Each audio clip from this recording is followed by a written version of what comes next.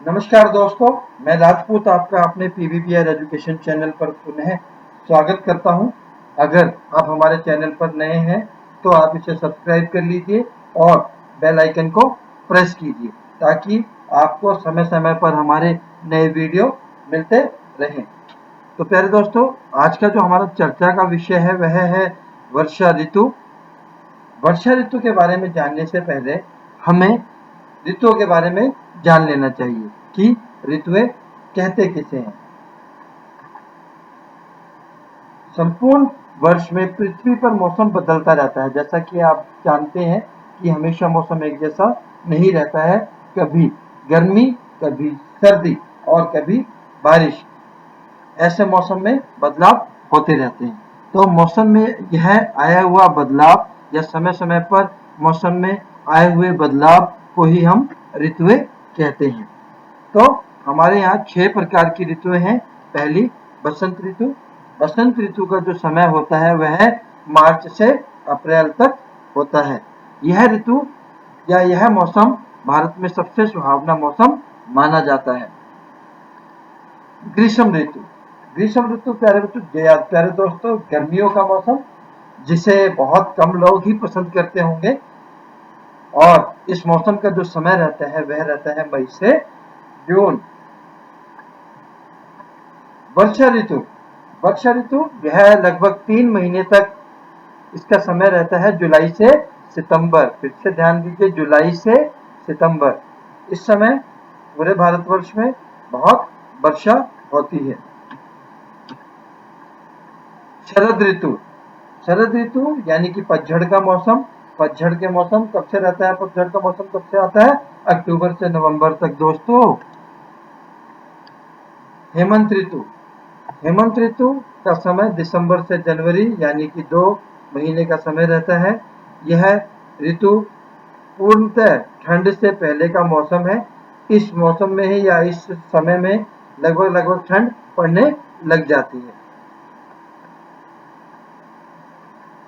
शीत ऋतु। ठंड का मौसम। शीत ऋतु को हम क्या कहते हैं? ठंड का मौसम भी कहते हैं। ठंड के मौसम का समय प्यारे दोस्तों जनवरी से फरवरी तक रहता है। इस समय बहुत ज्यादा ठंड पड़ती है। आप हेमंत ऋतु और शीत ऋतु दोनों ही वैसे ठंड के ही मौसम है, बस हेमंत ऋतु को ठंड से पहले का मौसम माना जाता है। अब चलते हैं हम अपने विषय पर, जो आज का हमारा विषय है वर्षा ऋतु। जैसा कि आप देख रहे हैं, एक लड़की छतरी लेकर खड़ी है। छतरी का इस्तेमाल दोस्तों हम कब करते हैं? जब बारिश का मौसम होता है। तो जो आज का हमारा विषय भी यही है, वर्षा ऋतु। आइए इसके बारे में कुछ जानते हैं। वर्षा ऋतु ग्रीष्म ऋतु के पश्चात आती है और भारत की मुख्य ऋतुओं में से एक है। जैसा कि हमने देखा कि जो ग्रीष्म ऋतु का बाद वर्षा ऋतु का आगमन होता है, तो इससे आने के बाद लोगों को बहुत राहत मिलती है। वर्षा ऋतु का आगमन जुलाई में होता है और यह 3 महीने तक रहता है। जैसा कि मैंने आपको बताया कि वर्षा ऋतु जुलाई से सितंबर तक रहती है, तो इसका समय 3 महीने तक रहता है। वर्षा ऋतु के आगमन से लोग प्रसन्नता से भर जाते हैं। प्रसन्नता का मतलब होता है दोस्तों खुशी से, क्योंकि लोग गर्मी से इतना परेशान हो जाते हैं कि बारिश का इंतजार करते रहते हैं कि ये बादल अब बारिश बरसा, अब बारिश दो हमें। और किसान खुशी से क्यों भर जाते हैं? क्योंकि उनको अपनी फसल को अच्छा करने के लिए वर्षा की बहुत जरूरत होती है। इसीलिए यहाँ पर लिखा है कि वर्षा ऋतु के आगमन से लोग प्रसन्नता से भर जाते हैं। ये देखिए, वर्षा ऋतु का इंतजार किसानों को बहुत रहता है, क्योंकि वर्षा ऋतु फसलों को बढ़ने में सहायता करती है। जैसे मैंने आपको बताया कि लोग प्रसन्नता से भर जाते हैं, खासकर किसान, क्योंकि उनको वर्षा का बहुत बेसब्री से इंतजार रहता है ताकि उनकी फसलें बहुत अच्छी हों। आपको इस चित्र में क्या दिख रहा है दोस्तों? इंद्रधनुष। तो आपने बिल्कुल सही बहुत पहचाना। वर्षा ऋतु में बहुत बार इंद्रधनुष दिखाई देता है, जो कि 7 रंगों से मिलकर बना होता है। वर्षा ऋतु अपने साथ बहुत से त्योहार लेकर आती है। इसका मतलब वर्षा ऋतु के दौरान, या आप ऐसा कह सकते हैं कि जुलाई से सितंबर महीने के दौरान बहुत से त्योहारों को मनाया जाता है। आइए देखते हैं कि हम कौन कौन सा त्योहार किस किस महीने में मनाते हैं। सबसे पहले जुलाई के महीने में हम कौन कौन सा त्योहार मनाते हैं, आइए देखते हैं। रथ यात्रा। रथ यात्रा उड़ीसा राज्य का एक प्रमुख त्योहार है। जैसा कि आप सभी जानते हैं, यह श्री जगन्नाथ भगवान जी के मंदिर में मनाया जाता है या उनके लिए मनाया जाता है। इस दिन वह श्री जगन्नाथ भगवान जी की एक रथ यात्रा निकालते हैं। शहीद दिवस, नाम से ही पता लग रहा होगा, यह एक राष्ट्रीय त्योहार है और जो सैनिक या सिपाही या जो वीर सैनिक देश की रक्षा करते हुए शहीद हो गए, उनकी शहीदी के तौर पर इस दिवस को मनाया जाता है। गुरु हरगोविंद सिंह जयंती, यह मुख्य तौर पर पंजाब में मनाया जाता है क्योंकि श्री गुरु हरगोविंद सिंह जी सिखों के प्रमुख गुरुओं में से एक गुरु हैं। ये आप चित्र देख रहे हैं, यह जगन्नाथ रथ यात्रा का एक चित्र है। यह उड़ीसा राज्य के पुरी में मनाया जाता है। अब हम देखते हैं अगस्त महीने के त्योहारों में कौन कौन से त्योहार आते हैं। ईद उल जुहा, जैसा कि आपने देखा होगा इस महीने की शुरुआत में ही हमने ईद उल जुहा का त्योहार मनाया था। यह त्योहार इस्लाम धर्म का एक प्रमुख त्योहार है।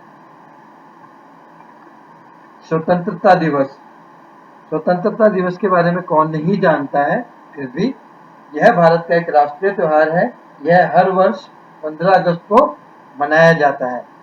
क्यों मनाया जाता है? क्योंकि यह दिन भारत की आज़ादी के दिन के रूप में मनाया जाता है। ऐसा क्यों? क्योंकि अंग्रेजों की गुलामी से भारत 15 अगस्त 1947 को आज़ाद हुआ। ठीक है दोस्तों,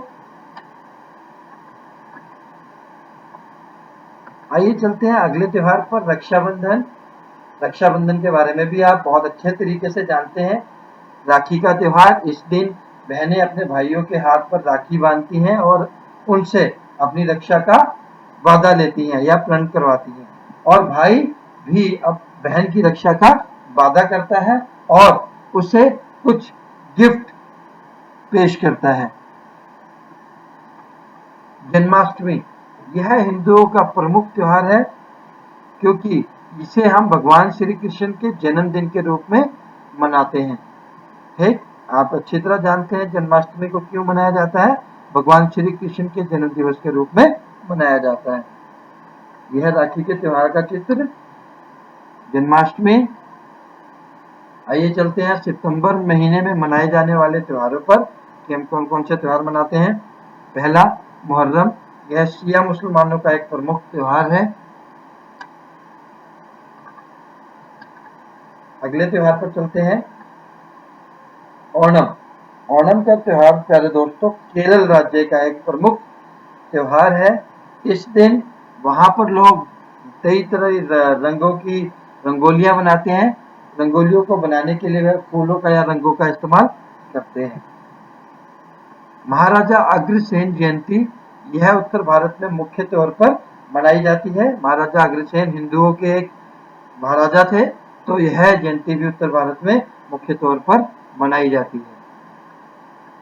ये एक ओणम का चित्र है। इसमें आप देख सकते हैं कि स्त्रियां एक रंगोली बना रही हैं जिसमें उन्होंने फूलों और रंगों का इस्तेमाल किया है।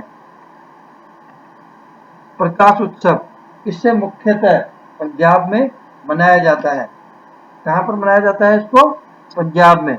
और किस जगह पर? ज्यादातर जो हमारे स्वर्ण मंदिर हैं, स्वर्ण मंदिर यानी कि गोल्डन टेम्पल, वहां पर मनाया जाता है। ठीक है दोस्तों, और इसे क्यों मनाया जाता है ये भी मैं आपको बताना चाहूंगा। श्री गुरु ग्रंथ साहिब जी के पर्व के तौर पर इसे मनाया जाता है। ये स्वर्ण मंदिर अमृतसर पंजाब का चित्र है। आगे चलते हैं, वर्षा के बारे में फिर से 7वां पॉइंट है, प्रकृति पर भी वर्षा ऋतु का बहुत अच्छा प्रभाव पड़ता है।